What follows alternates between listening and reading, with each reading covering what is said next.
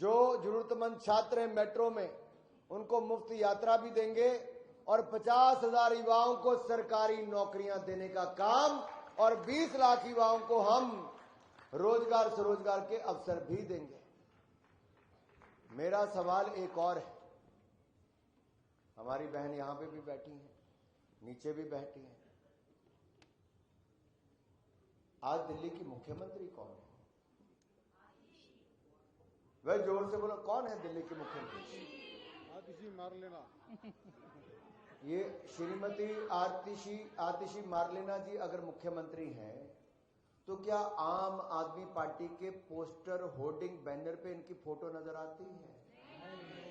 नजर आती है क्या? क्यों नजर नहीं आती? जो मुख्यमंत्री है क्या उसकी फोटो नजर क्यों नहीं आती? मैं इसलिए सवाल महिलाओं के सामने बड़ा जरूरी सवाल रख रहा हूं। इन्होंने, अरविंद केजरीवाल जी ने, स्वाति मालीवाल इनकी एमपी है, उसको मुख्यमंत्री के घर पे बुला के पिटवाया नहीं पिटवाया? इनके नेताओं ने जो राशन कार्ड बनाने महिलाएं आई उनके साथ यौन शोषण किया कि नहीं किया? इनके नेताओं ने अपनी पत्नी को पीट के उसके पीछे कुत्ते छोड़े कि नहीं छोड़े? इन्होंने 1,000 रुपए का वायदा महिलाओं को देने का किया था, पूरा नहीं किया। इन्होंने महिलाओं को पानी घरों तक ना पहुंचा के टैंकरों की आड़ में 4-4, 6-6 घंटे इंतजार करवाया कि नहीं करवाया? टैंकर माफिया चलाया कि नहीं चलाया? ये सारे काम महिला विरोधी हैं। और अब महिला मुख्यमंत्री की फोटो को भी हटा दिया। जो अपनी महिला मुख्यमंत्री की फोटो नहीं लगा सकता वो आपको 2100 रुपया महीना भी नहीं दिला सकता। दूसरी ओर भारतीय जनता पार्टी है जिसके संगठन में 25% महिलाएं हैं। जहां जहां हमारे राज्य वहां 50% आरक्षण पंचायती राज संस्थानों से लेकर नगर निकाय में महिलाओं के लिए है। और अब तो हमने सेनाओं में भी महिलाओं को बढ़ चढ़कर भाग दिया। 26 जनवरी की परेड थी, आज महिलाएं नेतृत्व कर रही थी। साथियों, महिलाएं नेतृत्व कर रही थी। दुनिया भर में पायलट, सबसे ज्यादा महिला पायलट हिंदुस्तान के। आज भारत की राष्ट्रपति महिला और ट्राइबल महिला है तो नरेंद्र मोदी की सरकार और भारतीय जनता पार्टी के कारण है। और अब विधानसभा से लेकर लोकसभा में 33% आरक्षण महिलाओं को देने वाली भी भारतीय जनता पार्टी है। भाजपा महिलाओं के साथ खड़ी है और अरविंद केजरीवाल महिला विरोधी है, आम आदमी पार्टी महिला विरोधी है। मैं डंके की चोट पर कहता हूं, उदाहरण देकर कह रहा हूं, अगर केजरीवाल जी में दम है तो जवाब दें। अपनी बेटियों की झूठी कसम क्यों खाई थी? उन्होंने कहा था कि मैं राजनीति में नहीं आऊंगा, कहा था नहीं कहा था? बेटियों की झूठी कसम खाई। फिर पत्नी की कसम खाई कि मैं कांग्रेस का सहयोग नहीं लूंगा। पहली सरकार ही कांग्रेस के सहयोग से बनाई थी, नहीं बनाई थी? जो अपनी बेटी और अपनी पत्नी की झूठी कसम खा सकता तो आपकी पत्नी बेटी के बारे में क्या सोचेगा? ये कुछ भी कर सकता है। अरविंद केजरीवाल जी जेल तो नहीं गए भाई? बड़ा सोच के बता रहे हो, अरविंद केजरीवाल जेल गए कि नहीं गए? क्यों गए जेल में? शराब घोटाले में। तो आपको क्या लगता है? अरे वाह मेरे शेर। मैं आपसे एक बात और पूछने आया। दिल्ली वालों का कहते हैं दिल बहुत बड़ा होता है। अब दिल इतना बड़ा है कि कोई मुख्यमंत्री ऐसा चाहिए जो जेल से सरकार चलाए? भाई दिल्ली वालों से सीधी सीधी बात पूछ रहा हूं। दिल्ली वालों का कहते दिल बहुत बड़ा है। ये जेल की दीवारों के पीछे चलने वाली, सलाखों से पीछे चलने वाली सरकार चाहिए क्या? देश और दुनिया पूछेगी कि भ्रष्टाचारी मुख्यमंत्री चाहिए क्या? जिनके 15 विधायक जेल में, 8 मंत्री जेल में, जिसका एक सांसद जेल में, जिसका उप मुख्यमंत्री जेल में, मुख्यमंत्री जेल में हो, क्या आपको वैसी सरकार चाहिए? तो क्या आपदा वालों के पास एक भी नेता ईमानदार नहीं बचा?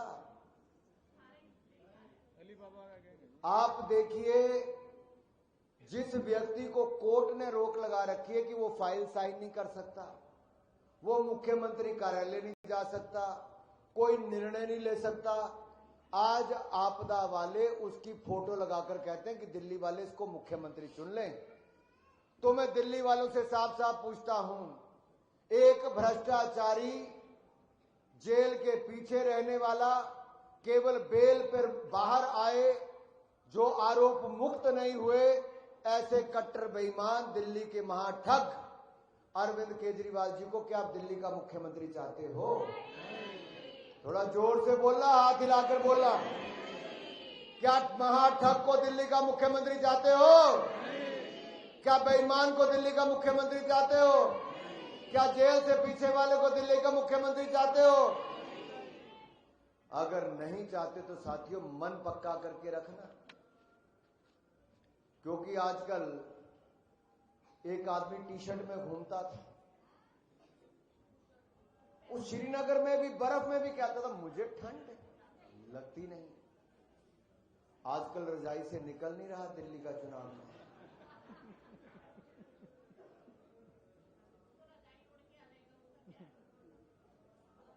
वो टी शर्ट वाला नेता भाई रजाई से बाहर क्यों नहीं आ रहा? दिल्ली का चुनाव खत्म होने को आ गया और कांग्रेस का युवराज अभी भी रजाई में है।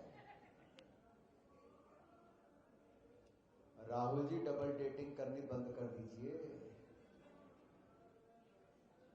ये पॉलिटिकल वैलेंटाइन जो है ना, पॉलिटिकल प्यार जो है आपका अरविंद केजरीवाल से, प्यार हुआ, इकरार हुआ, अब तकरार हुआ, लेकिन अंदर ही अंदर कांग्रेस को बेचने का करार हुआ। कांग्रेस को गिरवी रख दिया है। पूरे चुनाव में कांग्रेस कहीं नजर नहीं आ रही। ना मां सोनिया गांधी जी नजर आती हैं, ना बहन प्रियंका गांधी जी नजर आती हैं, ना राहुल गांधी जी नजर आते हैं, और खड़गे जी पोस्टर से ही गायब कर दिए हैं। ये ऐसी ये ठग रहे हैं दिल्ली वालों को। साथियों इन दोनों से बचना होगा। पहले 15 साल कांग्रेस वालों ने ठगा, फिर 11 साल आम आदमी पार्टी ने ठगा, अब 26 साल के ठगी ठोरी के बाद अब इनको दरकिनार करने का समय आया, साफ करने का समय आया है, और अपनी आबो हवा को साफ करना है, पानी को साफ लाना है, यमुना जी को साफ करना है, और घर परिवार का ख्याल रखना है, तो आपदा को साफ करना होगा, कमल का फूल खिलाना होगा। तो ज्यादा समय न लेता हूं, मैं इतना ही कहूंगा, हम आएंगे जैसे हमने देश में हमने ईमानदार सरकार दी, भ्रष्टाचार मुक्त सरकार दी, हम यहां पर भी भ्रष्टाचार मुक्त सरकार देंगे। हमने मेट्रो के चौथे फेज को मंजूरी दे दी है। कहां से जाएगी मेट्रो का चौथा फेज? यहीं से जाएगा ना भाई, रिठाला, नरेला, रिठाला, सब हमने दुगना कर दिया मेट्रो को 5 सालों में। हम पक्के मकान बना के दे रहे हैं, और जहां झुग्गी वहां मकान बनाकर देंगे। अगर केजरीवाल जी ने अपने 50,000 स्क्वायर फीट का शीश महल नहीं बनाया होता, तो आप सोचो 50,000 स्क्वायर फीट में तो कम से कम 50,000 गज है।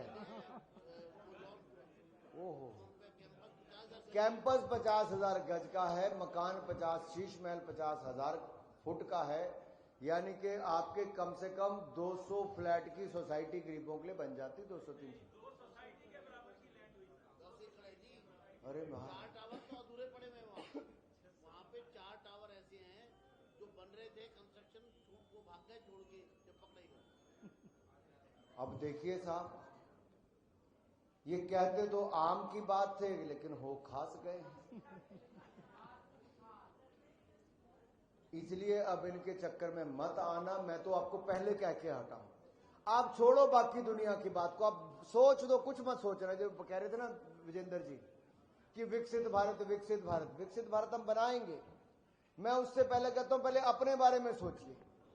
आप जीवित रहोगे, आपका परिवार जीवित रहेगा, आपके बच्चे जीवित रहेंगे, उनके फेफड़े काले नहीं होंगे, आपको गंदा पानी नहीं मिलेगा, तब तो विकसित भारत बनाओगे।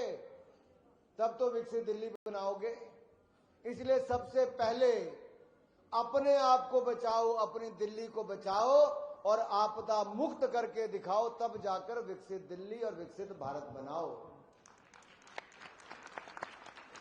तो अपने आप के बारे में तो सोचिए, नहीं तो बच्चे जाके पूछेंगे आपसे कि पापा जब आपके पास 2025 में समय आया था तो आपने किसको वोट दिया था।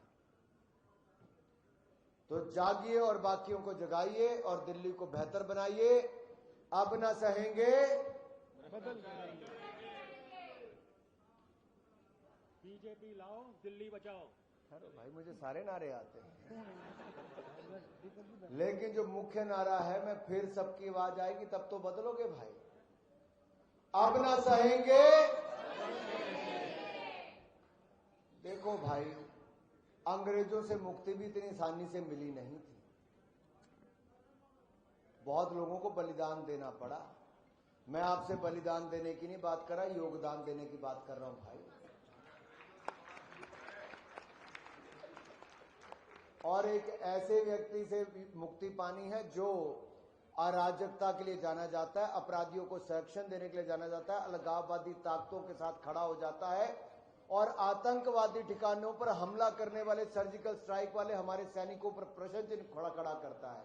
ये ऐसे अरविंद केजरीवाल और आम आदमी पार्टी से मुक्ति दिलानी है तो ऐसे नहीं मिलेगी। जोर लगाओ, अब ना सहेंगे, अब ना सहेंगे। जोर से जरा, अब ना सहेंगे, अब ना सहेंगे। आपके हर RWA में ये नारा लगना चाहिए, ये बात जानी चाहिए और उनको कहिए कि अब ना सहेंगे, बदल के रहेंगे। शानदार कार्यक्रम के लिए जाट समाज का और RWS का बहुत बहुत आभार, बहुत बहुत धन्यवाद। और भाई विजेंद्र जी, आपकी जीत तो सुनिश्चित है, लेकिन साथियों जब जीत ऐतिहासिक होती है, सबसे ज्यादा मतों से होती है, तो उसकी खुशी और अपने नेता के बढ़ते कद को देखकर और ही मजा आता है। तो बड़ी जीत दर्ज कराइए, रिकॉर्ड बनाइए, इतिहास रच दीजिए। ऐसा मुझे पूर्ण विश्वास है आप इतिहास रचेंगे और हम हिमाचल वालों ने अपना योगदान पहले ही दे दिया है। शोभा विजेंद्र जी जो है ना, हमारी दीदी हिमाचल से ही है भाई, तो हिमाचल वालों का पूरा सहयोग है ही है। क्यों? तो यहाँ पे जितने हिमाचल समाज और बाकी सब है, सब तो पूरी ताकत लगाएंगे, लेकिन विजेंद्र जी तो लोगों के दिलों में बसते हैं। आप शानदार जीत दर्ज कीजिए।